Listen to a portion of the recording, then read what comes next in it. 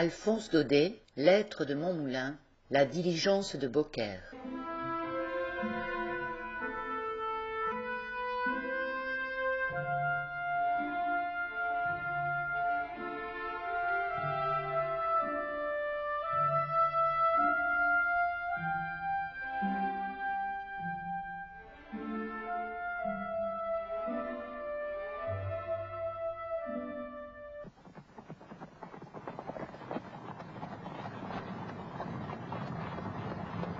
C'était le jour de mon arrivée ici.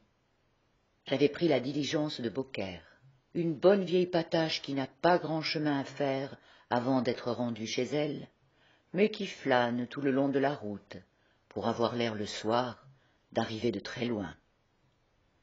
Nous étions 5 sur l'impériale, sans compter le conducteur. D'abord, un gardien de Camargue, petit homme trapu, poilu, sentant le fauve, avec de gros yeux pleins de sang et des anneaux d'argent aux oreilles. Puis, 2 Beaucairois, un boulanger et son gendre, tous deux très rouges, très poussifs, mais des profils superbes, 2 médailles romaines à l'effigie de Vitellius. Enfin, sur le devant, près d'un conducteur, un homme. Non, une casquette, une énorme casquette en peau de lapin, qui ne disait pas grand-chose et regardait la route d'un air triste. Tous ces gens-là se connaissaient entre eux et parlaient tout haut de leurs affaires très librement. Le Camarguais racontait qu'il venait de Nîmes, mandé par le juge d'instruction pour un coup de fourche donné à un berger. On a le sang vif en Camargue. Et à Beaucaire, donc, est-ce que nos 2 Beaucairois ne voulaient pas s'égorger à propos de la Sainte Vierge?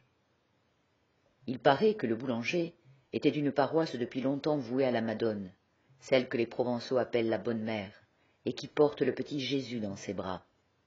Le gendre, au contraire, chantait au lutrin d'une église toute neuve, qui s'était consacrée à l'Immaculée Conception, cette belle image souriante qu'on représente les bras pendants, les mains pleines de rayons.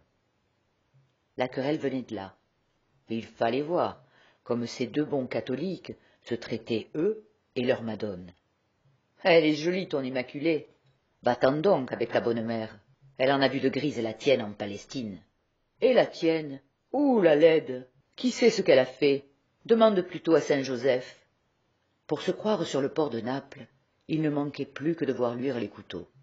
Eh, ma foi, je crois bien que ce beau tournoi théologique se serait terminé par là, si le conducteur n'était pas intervenu.